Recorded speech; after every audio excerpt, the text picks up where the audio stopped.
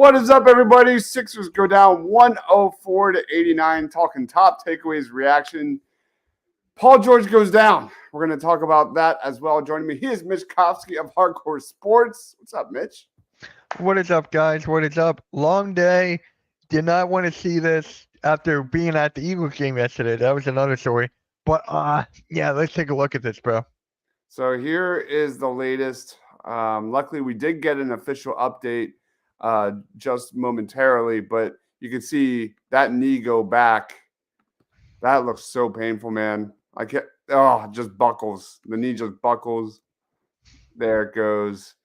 So sure enough, I mean, they did confirm it is a hyperextension of the knee. I would expect Paul George to be out at least a couple of weeks going forward. Any thoughts? Yeah, that's like the usual timetable of these hyperextended knees. So hopefully everything's okay. But my question is, who's going to be in the starting spot? Is it going to be Eric Gordon? Because we actually saw that with Caleb Martin coming off the bench today. That's a great question. I haven't even got that far yet. Let's jump into this thing. We got Tech in the house. Thanks for joining. Top takeaways. It's preseason. We're not going to do a normal post game during the regular season. We'll just go individually, guys that stood out in this one. Let's go with Tyrese Maxey. Tyrese Maxey finished the game with 14 points. He didn't shoot that well, but there were some really nice moments in this one. I'll throw some of the best plays. There was one play that I particularly liked. It was the one mid-range fadeaway jumper. Yeah. I'm going to wait for it to come out here. Here's Tyrese Maxey. No, that's the Kelly Oubre. That's the one-handed slam. That was pretty nice. That was a nice one, yeah. That was nice. Here it is. If Tyrese Maxey learns to cook from the mid-range, man, we're going to be eating good to this season. There it is. But Tyrese Maxey looking good from the mid-range, channeling his inner Dame. I need to see him grow and dribble, penetrate like Trae Young, like a Jalen Brunson, and improve in that area. But yeah, I mean, this is a guy that's shooting a lot of threes, and I like that a lot. Tyrese Maxey took 9 threes in this one. He attempted 8 last season. Keep shooting, man. Any thoughts on Tyrese Maxey? Hey, if he just keeps shooting, that's exactly what I want to see. Like in the first preseason game, rather, I think he was 4 for 4 in the first 4 threes, something like that. But now with Paul George going to be out for a couple of weeks, and we don't know with Joel Embiid, this is Maxey's team going forward in the first couple of weeks. So we got to see him shoot that thing and take over a game. So, as Tech with the Tobias Harris comments, as always. I want to give a shout out to Caleb Martin. Didn't have a massive game. So he had 7 points, 3 of 7 from the floor, 4 boards, 2 assists, and a block. But man, this guy is just such a solid addition to this roster. He hustles. He's a good athlete, really high basketball IQ, knows how to double team, excellent point of attack defender, can block some shots. That one block he had, trying to think of who it was on, but that was all ball.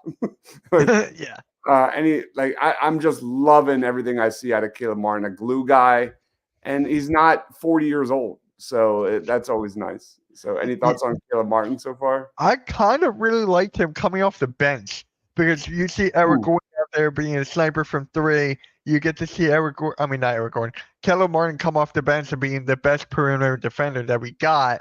And so in preseason, you got to experiment, try a few things out. So I like this from Caleb Martin a lot. I really do. But I think he's going to be in the starting lineup now with Paul George, this injury. So that was nice to see him off the bench for me. Yep. Andre Drummond continuing to do Andre Drummond things. 5 points, 11 boards. Yeah. In 23 minutes, 2 steals, 3 blocks. I mean, he's easily the best backup center the Sixers have had since Andre Drummond. I thought he looked really good defending lobs, something that Joel Embiid historically has struggled to do defensively. There was a stretch in the first half where he was deflecting passes in the lane, like back-to-back passes. Yeah. I mean, Andre Drummond, man, he's going to play a lot, obviously. Mhm. Yeah. I really like what Andre Drummond's doing in the backup center spot. I mean, it's exactly what we needed when Joel Embiid can't play, and we know now that Joel Embiid is not going to be able to play back-to-backs. So this is good to see from Andre Drummond as well. Brian says, such a Philly type of night. So that's the title of this show. Why can't we have nice things? Like, it's just it's and to be fair, like, I thought Paul George was looking pretty good. He hit a pull-up three from the top of the key. He hit a pull-up jumper from mid-range. I didn't know Sixers wings were allowed to do these kind of things. Right. And it's just a shame. Hopefully it's just a minor, mild injury for the Sixers going forward. Is anybody else you want to shout out? Gerson Yabusele with the double-double. 14 points and 11 boards. He hit a couple threes too. People are saying he's going to have a hard time transition from going from overseas NBA. Well, actually started from Celtics in 18 to overseas and back. So he's adjusted just fine, man. He's adjusted just fine. He's not exactly the best at backup five, but I like the mismatches that he can create in that spot. So Yabusele gets a nod for me. He's actually my player of the game for this one. I like that a lot. Yabusele, I struggle with the small ball five. I'm really intrigued at how he looks as a four next to Embiid. Like, he's playing out of his role, kind of like Kelly Oubre without Embiid. Like, I expect Yabusele to look really nice when, all the guys, all the stars are on the floor together.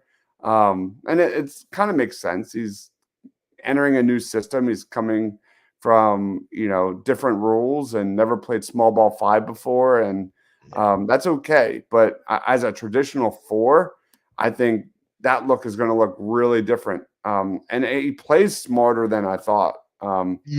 He makes extra passes better than I thought. And he had that really nice block on Dyson Daniels at the rim. The shot is a little slow, but you could see, like, there's nice chemistry between him and Jared McCain in the pick and roll a little bit. That's definitely growing.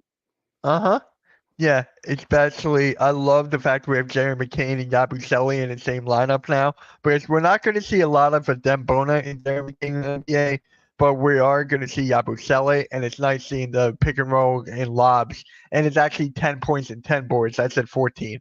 My bad. You know who impressed me tonight? KJ Martin.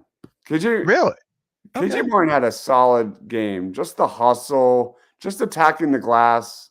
I'm not sure where he fits in the rotation, especially with Yabu, like, kind of being a solid shooter and a better fit with Embiid. But I think KJ Martin is starting to win me over as a serviceable rotation four. Not the worst thing to have on a roster. Like, I'm not a KJ Martin guy, but he had a pretty good game tonight. 11 points, 3 boards, 2 assists, a steal. Like, looked really good in transition, obviously. 5 of 6. Can't ask for anything more from KJ Martin. We know he's going to be traded, but, like, he was fine tonight. Yeah, the thing with me with KJ Martin, I'm not a big fan of him either.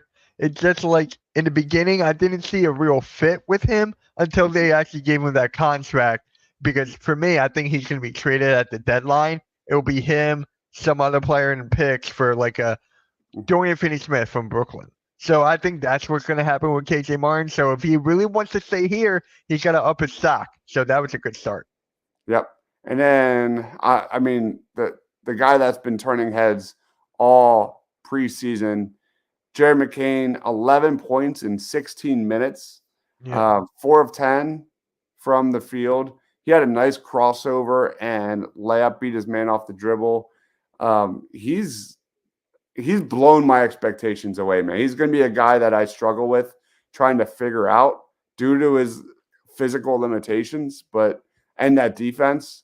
But, man, his willingness to drive has been incredible this preseason. He's He's like a different player, a night and day different player compared to the summer league in terms of finishing around the basket. Yeah. A lot of people compared him to Seth Curry, but I think he's a better athlete and a better driver and a better finisher than Seth Curry. I think he's perfect for that role to learn under Eric Gordon. Be like a Jordan Poole type of offensive guard, a guy that plays hard, rebounds a little bit. What is your like first impression of Jared McCain? For me, it's the hustle that he brings because the rebounding is so huge with a point guard like him because we need someone who to grab the boards and get it down low to go and beat as fast as possible. Jerry McCain can be that guy. And with that comparison to Seth Curry, I like it. But McCain, I agree with you, is more athletic. He gets to the rim more. Seth Curry is more like a pick and pop around the screens type of guy. I don't see Jerry McCain as that as much. So he's a good fit here. Yeah. Anybody else you want to give a shout out to before you hit player of the game?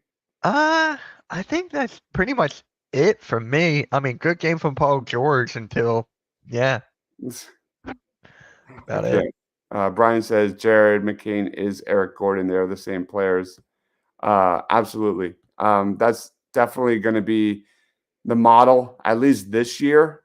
Yeah. Again, I go back and forth on this all the time, Brian. Like, whereas I like the fit, but I also like the concept of him growing with the blue coats, as a ball handler, as a playmaker. Because I think he's a talent. I think there's a skill set there to be unlocked that's not there yet, but I do think its ultimate upside is in that role. We'll see. We'll see if it happens. Let's get to our Sixers player of the game.